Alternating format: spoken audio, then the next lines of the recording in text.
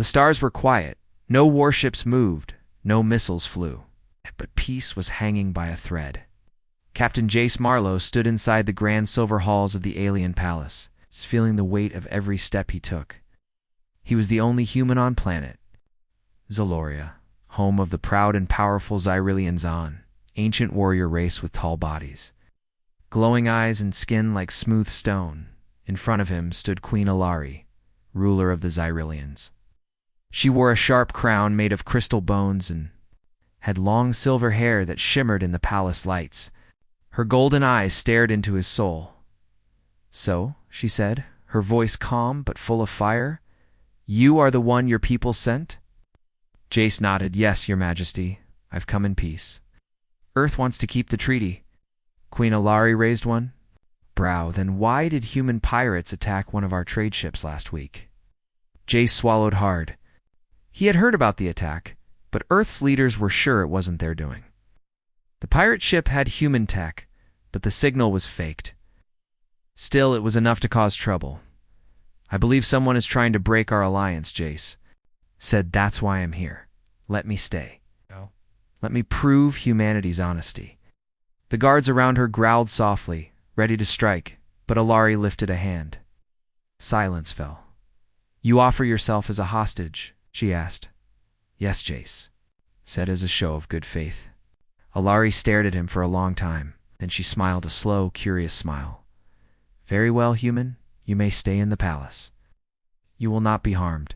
But if I find you lying—" "I won't lie," Jace said. "You have my word." Days passed. Jace wasn't kept in a prison. Instead, he was given a room in the guest wing, close to the royal chambers. The palace was made of smooth, dark metal and glowing blue stones. It hummed with old energy. Xyrillians moved through the halls like silent shadows. They were strong, proud, and full of old traditions. But they were also dying. Jace learned this from the palace librarian, an old alien named Vorkon. He whispered secrets in low voices. "The royal bloodline is weakening," Vorkon told him. "Queen Alari has no heir.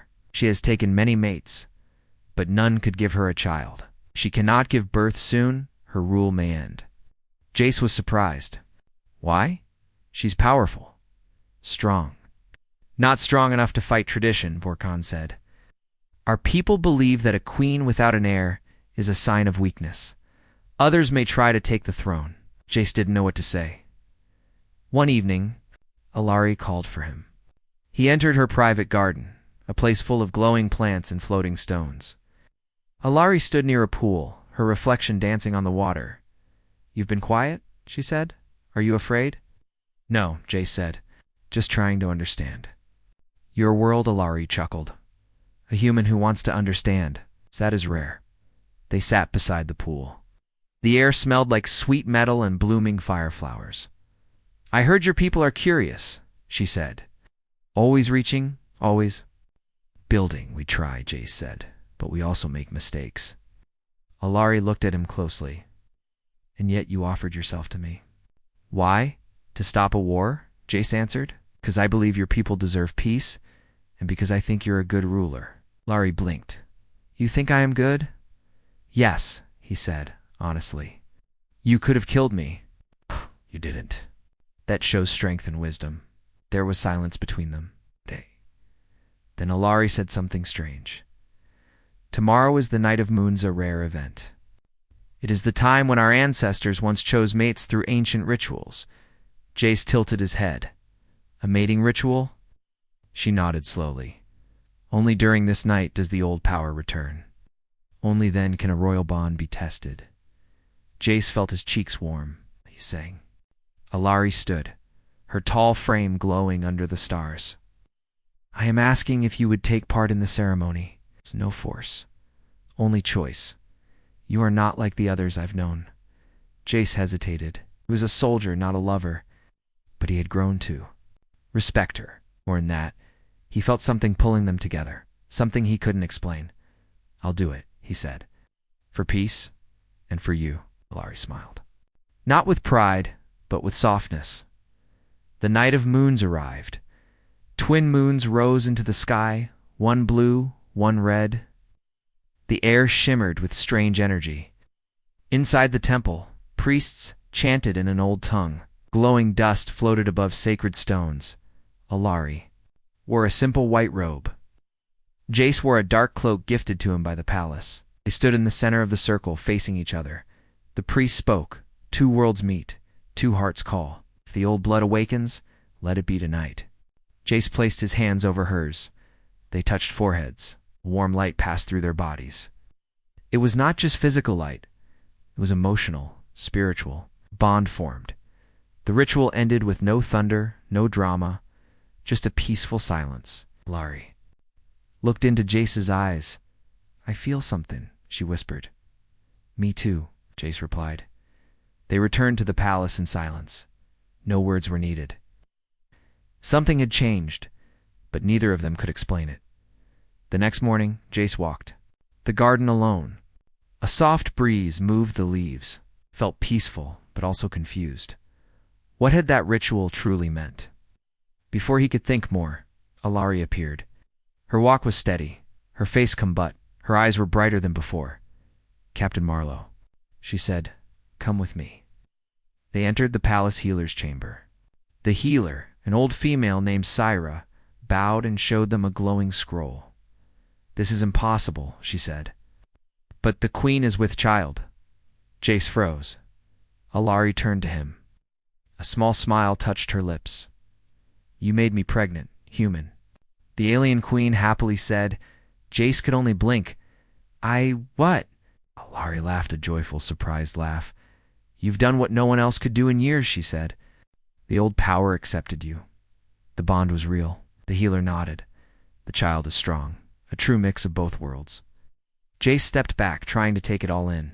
He had come to stop a war. He may have just changed the galaxy forever.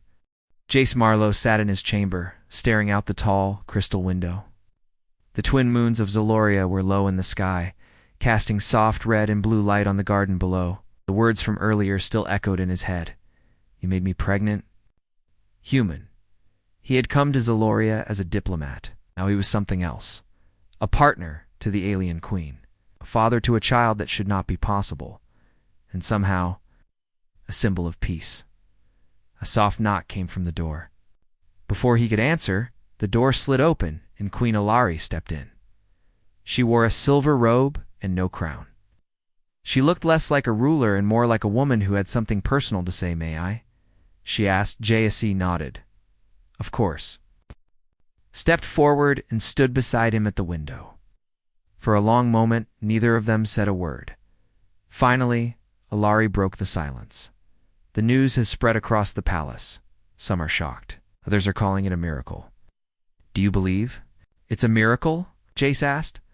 Alari gave a small smile. Yes. Not because I suddenly believe in old myths, because for the first time in years I feel hopeful. Jace looked down at his hands. I still don't understand how this happened. I didn't come here for this. No, Alari said gently. But destiny does not ask for permission. It only moves forward. The next morning, the palace was full of motion.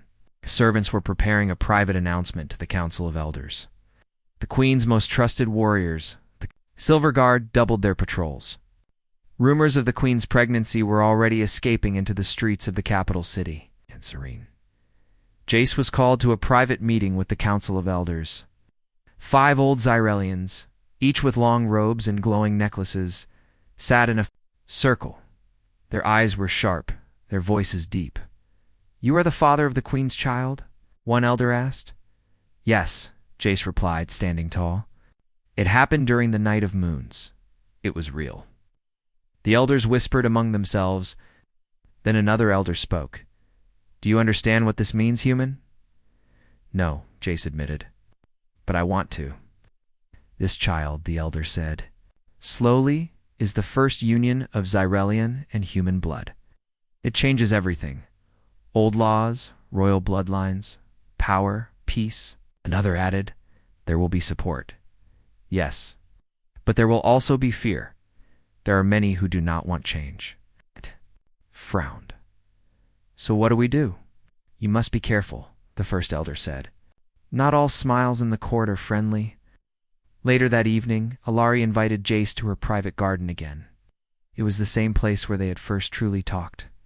But now the garden felt warmer, more alive. The plants glowed brighter. The air was lighter. She handed him a small cup of warm blue liquid. "It's called Starin tea," she said. "Good for strength, can calming nerves." Jace sipped it. "Tastes like sweet metal." Alari chuckled. "That's about right." They sat down near the water pool. "I met with your elders today," Jace said. "I know," she replied. "They support me, mostly." "Mostly?" he asked. Alari turned serious. "Some fear what this child means. They worry it will break tradition. Mixed blood heir has never ruled Zaloria. They'll get used to it," Jace said. "Her people need a future." "They do," she agreed. "And so do you." Jace blinked. "Me?" Alari looked at him. "You cannot remain a guest forever. You are the child's father. That makes you part of the royal bloodline now." Jace sat back, shocked. "I'm a soldier. A pilot. I've never ruled anything." Alari smiled gently. "Then you will learn." Like I did, the next few days were filled with change. Jace was moved to a royal suite near the Queen's own chambers. Guards followed him now, not as prisoners, but as protectors. Servants brought him robes of Xyrilian design. Though he still preferred his old jacket from Earth, he began to attend royal council meetings with Alari, sitting quietly at first, learning. But slowly, he began to speak. One morning, a report came in. Human cargo ships were being blocked by a Xyrilian border group that didn't recognize the Queen's bond with a human. "They say we are weakening the Empire by trusting Earth," one general said in anger. Jace stood. "Then let's talk to them. Let me speak to their commander." "You would go alone?" Alari asked. "No," Jace said. "I'll go with you. We go together, Queen and human. Let them see we are not afraid." Alari studied him for a moment, then she nodded. "We ride at dawn." The next day they flew in a royal cruiser to the border outpost, escorted by 2 squadrons of sleek Xyrilian fighters. When they landed, the border general Kravos, the Iron-Eyed, stood waiting. He bowed to Alari. "My queen." Then he looked at Jace and the human.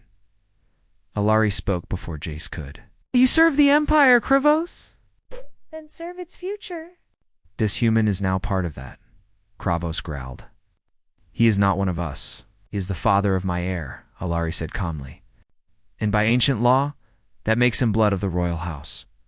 Kravos paused. Then, slowly, he bowed again this time to both of them. "I will follow your will, my queen." On the flight back, Jace sat beside Alari in silence. The stars outside the window shined bright. "You did well," Alari said. "You spoke like a prince," Jace laughed. "I don't feel like one." "You don't have to feel it yet," she said. "But soon, the galaxy will see you that way." Jace looked at her. "Are you scared?" Alari hesitated. "Little. This child, it will carry a heavy weight. It must lead to worlds. Then we'll help them," Jace said firmly. "Together," Alari smiled. "Together." Back at the palace, the people began to cheer as news of the royal visit spread. More and more Xyrilian leaders were beginning to accept the truth. The queen was with child, and the child's father was a human. In the middle of it all, Jace stood by Alari's side, no longer just a guest or hostage, but a partner. A man whose life had taken a turn no one, not even he, had expected. And in Alari's eyes, he saw something deeper than duty or politics. He saw trust, he saw hope, and maybe even love. The palace of Zaloria shimmered under the morning suns. People in the capital city, in Zareen, had gathered in the wide crystal streets, looking up at the sky. Holograms of Queen Alari glowed across the towers.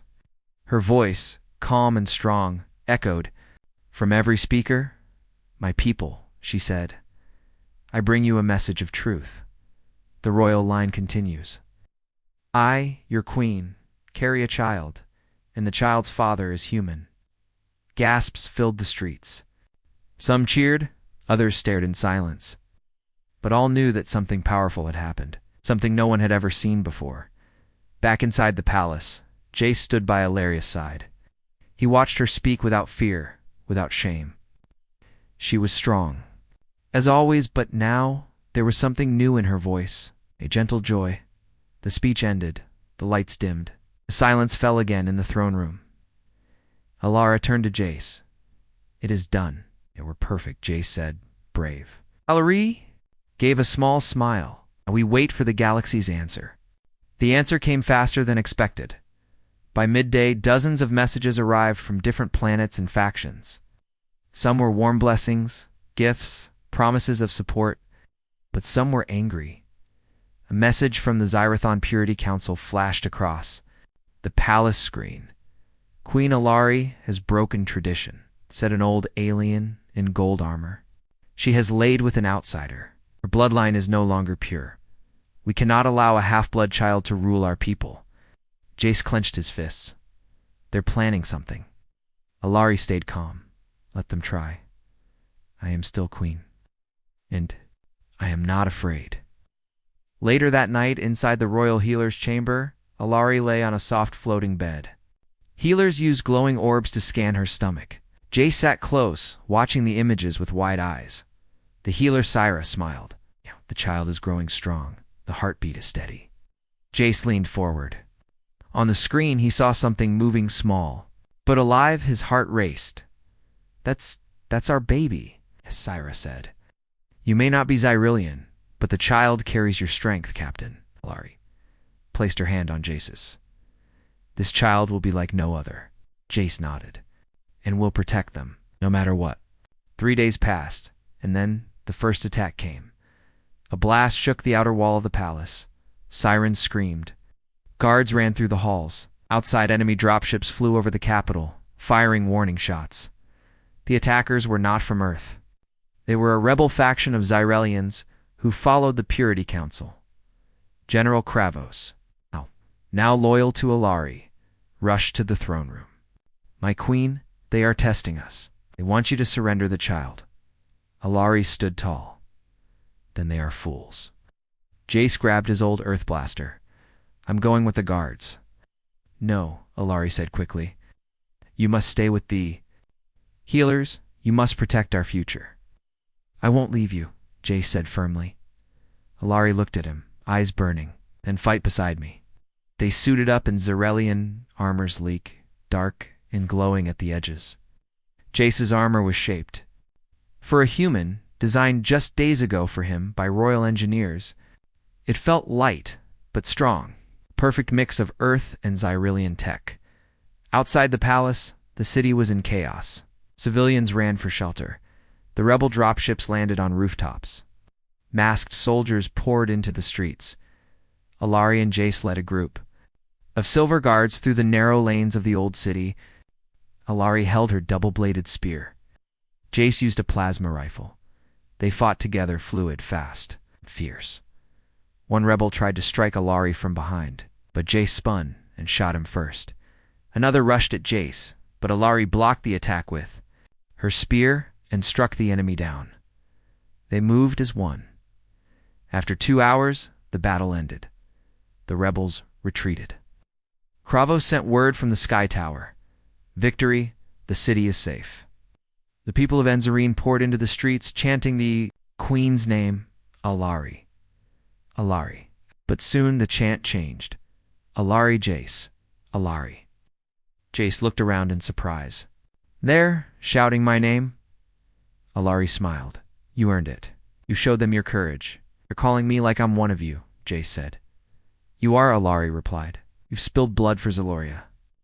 And now, you've protected the future ruler." Jace looked at her belly, then at the crowd. The moment felt heavy, real.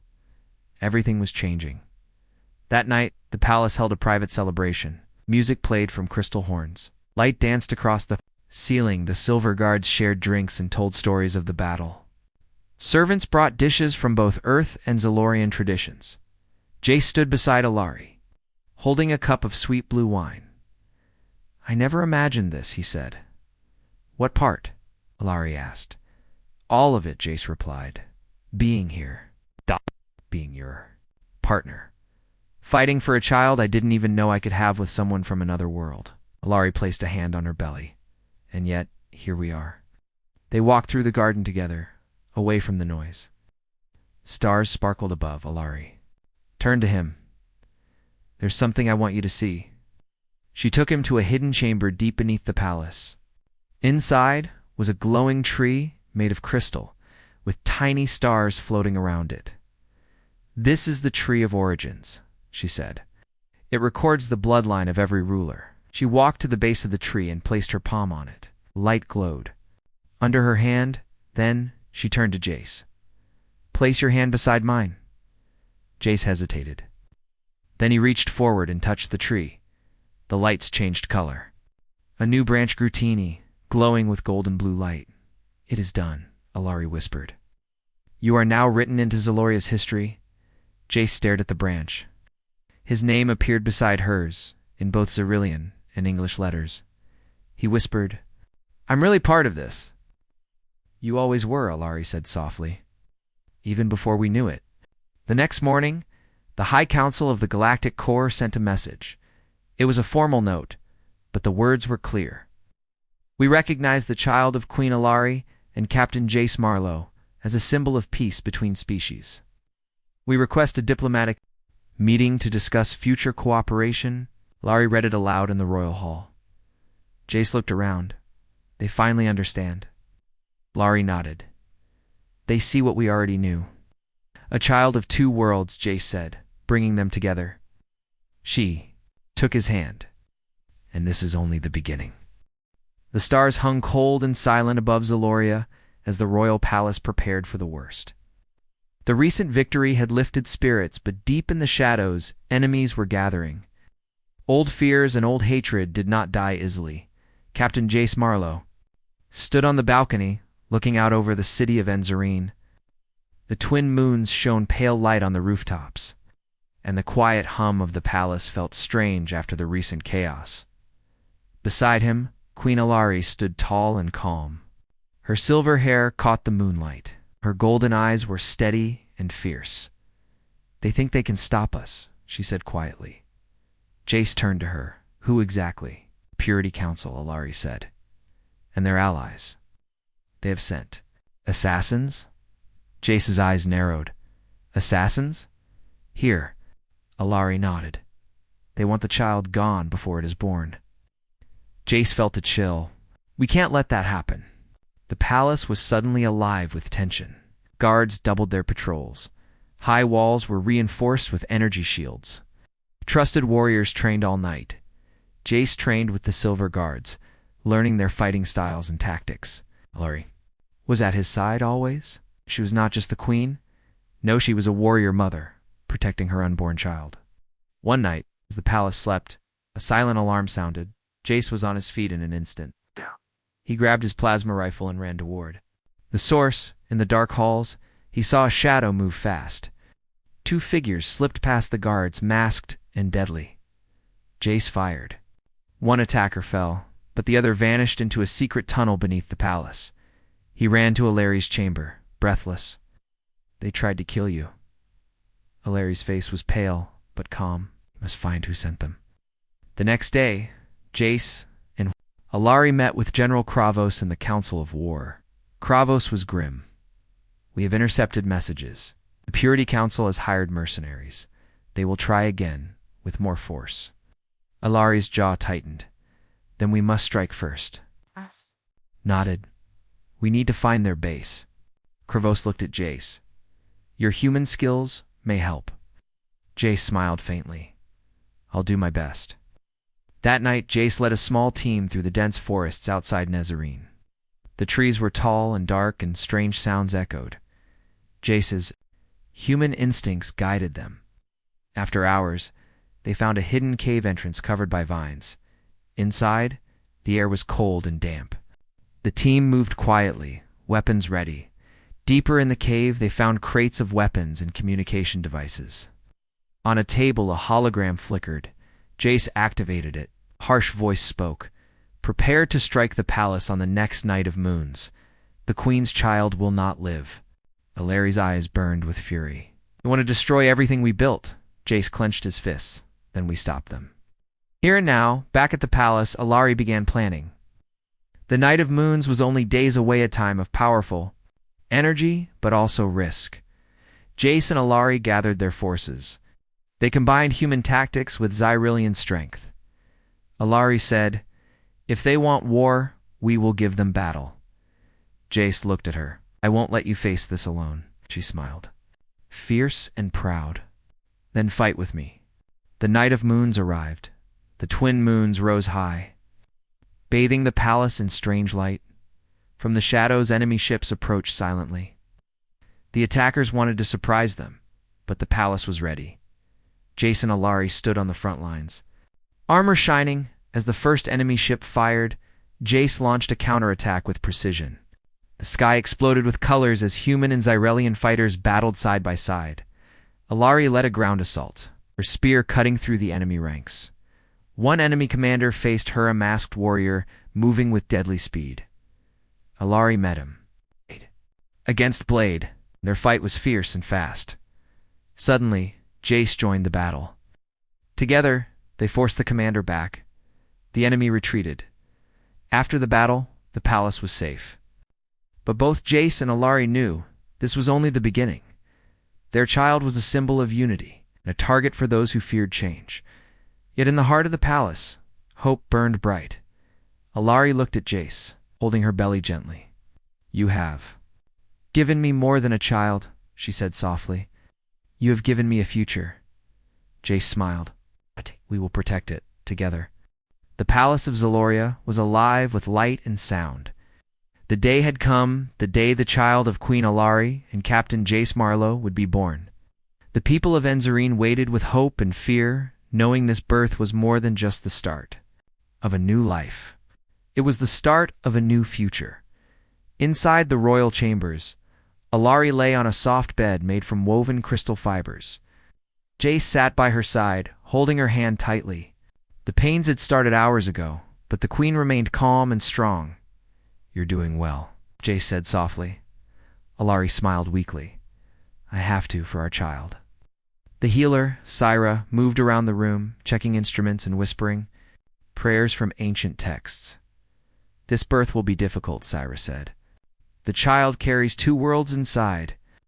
Jace nodded, his heart pounding. He looked down at Alari, seeing the queen's usual strength softened by pain. "We will get through this," he said. Together. Outside the palace, the city was quiet. Guards stood watch on every corner. Silver guards patrolled the streets, ready to defend their queen and future heir from any threat. Messages had arrived from across the galaxy.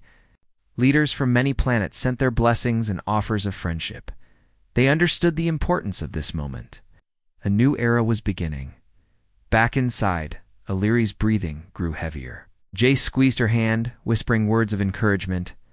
Suddenly, the room filled with a bright light.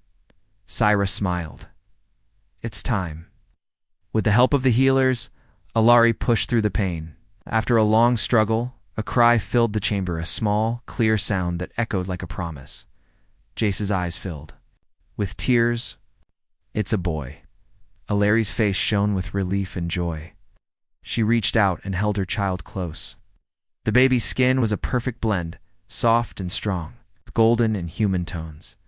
"He is perfect," Alari whispered. The child's birth was announced throughout the palace and city. People cheered. Some cried. The fear of change had not disappeared, but hope had grown stronger. Jace and Alari stood before the crowd on the palace balcony. The baby was wrapped in a soft cloth held gently by the queen. "My people," Alari said, her voice clear and proud. "This child is our future. Born of two worlds, he carries the strength and hope of both. Together, we will build peace." Jace stepped forward. "I am honored to stand with you all. This child is not just mine or the queen's. He belongs to every person who wants peace and unity." The crowd roared in approval.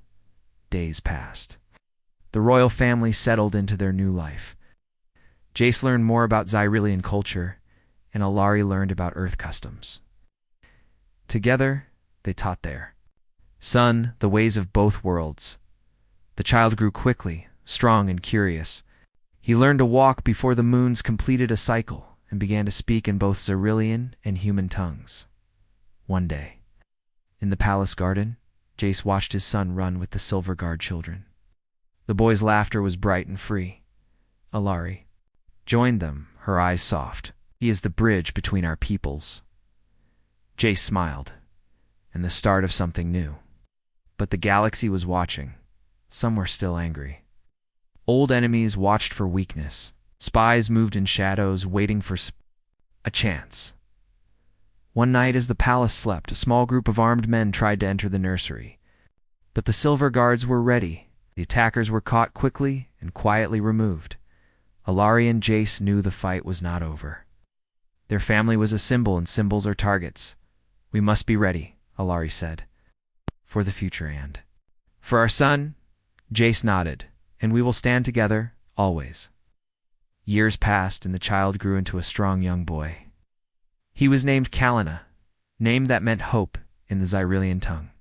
Kalin showed the best of both worlds, the curiosity and kindness of humans, the strength and honor of Xyrillians. The two races began to work closer. Trade agreements flourished. Cultural exchanges brought new ideas and friendships. Earth and Zaloria became allies, their past fears replaced with trust, in a grand ceremony. Kaelin was crowned as the first hybrid princess, symbol of unity for the galaxy. Jace stood proudly. Beside Alari, knowing their journey had changed history, Queen Alari looked out at the crowd and whispered, "We were told this could never happen, that our worlds could never join." Jace smiled and squeezed her hand. "We showed them otherwise." Crowd cheered as Kaelin raised his hand in a promise of peace, strength, and a new legacy for all.